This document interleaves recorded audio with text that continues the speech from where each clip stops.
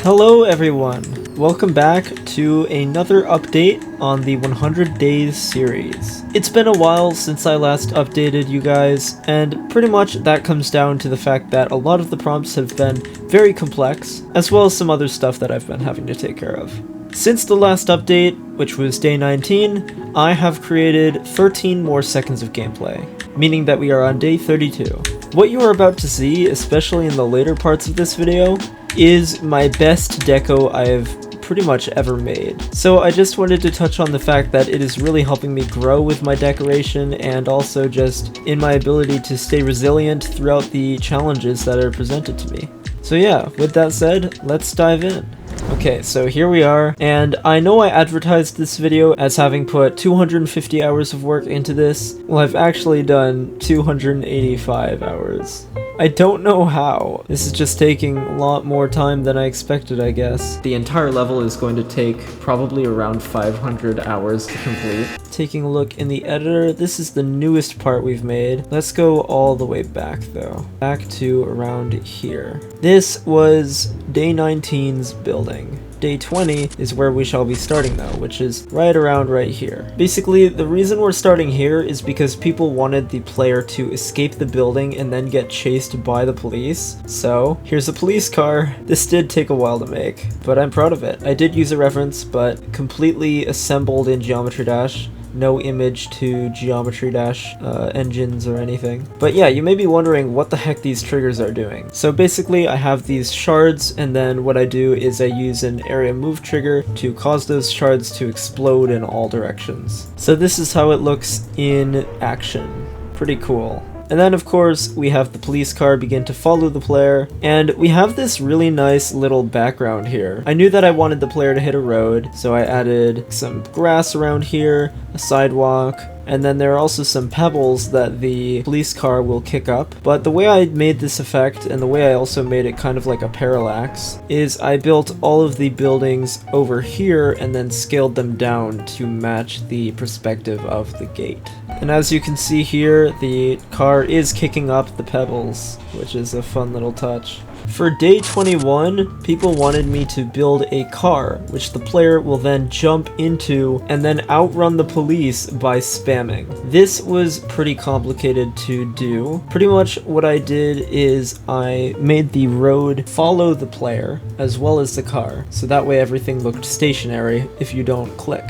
And then what I did is I used a touch trigger, which then activated an animation of like the rotation of the car's wheels, the movement of the road, and I used a spawn trigger to trigger this animation. So yeah, this was the section right before the end of the build-up. Here's an example of the song so you can understand what I mean.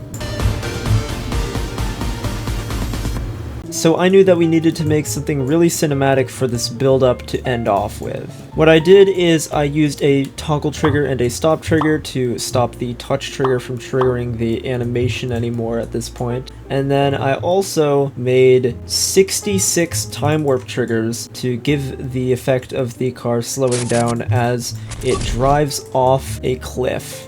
Yes. It drives right off a cliff, as you can see, which is pretty crazy. Here's an example of it in game.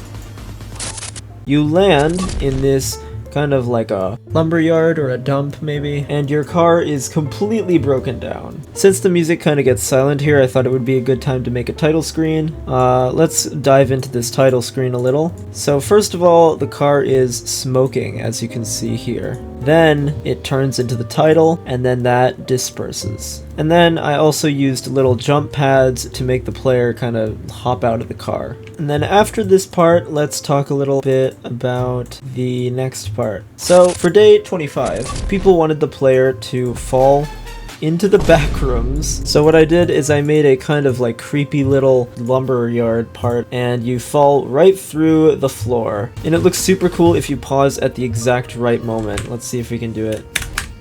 There it is. Look at that. So yeah, you fall through and you end up in this space. I'm really happy with this space. It feels very liminal to me. The wallpapers are fun too. And then of course, what do you do when you're clickbaiting the backrooms? You make a monster! So the monster chases you. I'm actually pretty happy with the animation there, and then you no-clip out. Editor me here realizing I can explain this effect here better. Pretty much I'm using this shockwave trigger to create a shockwave, and I'm setting the wavelength all the way to 0, which causes the dot effect that you see here. So yeah, hopefully that makes more sense. But you may notice something that's kind of strange about this, which is the fact that all of these clouds are upside down. Any guesses why? Well, you're about to find out. So we're in the Backrooms, we no-clip out, we're falling up, and then we hit some orbs for day 27, and then we are on the moon. Like, what are these prompts? And the reason that the clouds are pointed in the opposite direction is because you're falling up to the moon. Now these clouds, with the camera tilted properly, are all the correct orientation. When people voted for this to be the prompt that I built, I was just completely lost for words. I didn't think I would ever be able to make something like this, and well, here it is. After you're on the moon, you jump to Saturn. I mean, what do I even say anymore? This does use a reference, but this is completely originally built and placed in Geometry Dash. I'm really proud of this. And I also love the camera effect as well. And I know that Saturn is technically a gas planet, but whatever. For day 30, we jump on some asteroids, and if you do not jump on them, then you just simply meet a line of spikes. I think that I was smart with the idea of using orbs as asteroids as well, because, you know, they're circular, why not? And then of course we have little Saturn jump indicators here, which I think are fun. Just like the moon indicator right here for the moon. It's all theming properly. Alright, and then came the most ridiculous, most insane build I have ever tried to make. I'll just let it play out.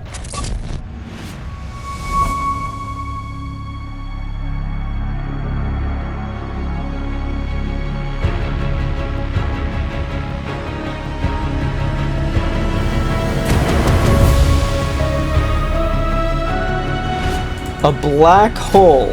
A black hole!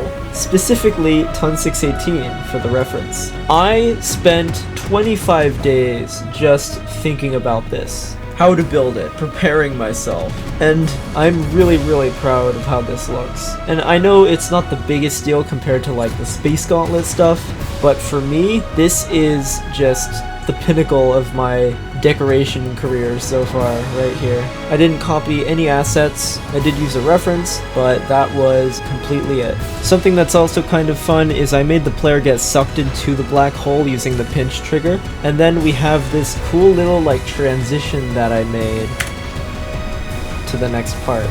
This transition was made out of 6 frames, which are very similar, if not perfect recreations, although I don't think so, of a transition that is in my video editing software. I really like it, so I tried remaking it by hand in Geometry Dash. This frame is probably my favorite. And then I used a particle trigger to give it a kind of grainy effect, which goes over every frame. The way I placed these all in the correct area is I grouped them together so they were all on top of one singular area, and then I just moved them down to wherever the camera was. Day 32 kind of plays off of the fact that you just got sucked into a black hole. Basically, what happens when you are in a black hole, and then if you were to somehow escape from that black hole and return to Earth, you would experience immense time dilation. And I didn't do any calculations, but the next part is very appropriately placed in the future. So yeah, basically we go back to Earth, but we are in the future. And I made sure that people knew that it was the future by adding this sign which says the year is now 5927 AD. So basically, because it's Earth but in the future, I made everything pretty techy, and I actually took decoration that I had made before from a previous level. Unfortunately, I have to mute the music, but I was kind of going off of this style here. But I made it so much better. I added new elements such as this fence gate right here, these platforms, a ton of glow, and of course a little city skyline that you can see in the background right now. A lot of particle triggers, move triggers, and the part was complete. Not much else to say about it, pretty straightforward. Something that I did do by accident is I built more than 1 second of gameplay, so after around here is going to be the next part of the level. But yeah, other than these foreground elements I forgot to mention, I think I have shown you enough to say that you now understand how each part looks, but something we haven't done yet is play all of those parts back to back to back, which I shall do now. In fact, I'll go from the top, because that means that there will be a full level showcase of what we've made so far. Ah, I remember these days. I hope that you enjoy the showcase.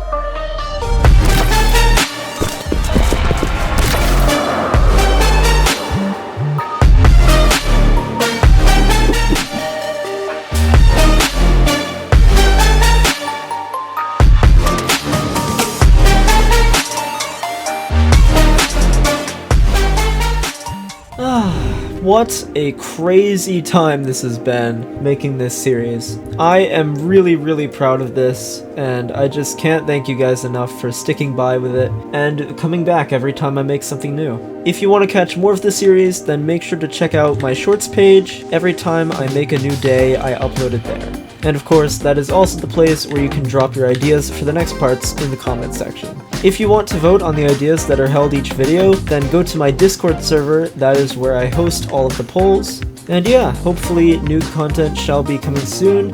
I do have another one of those making a song for an already existing Geometry Dash level videos in the making.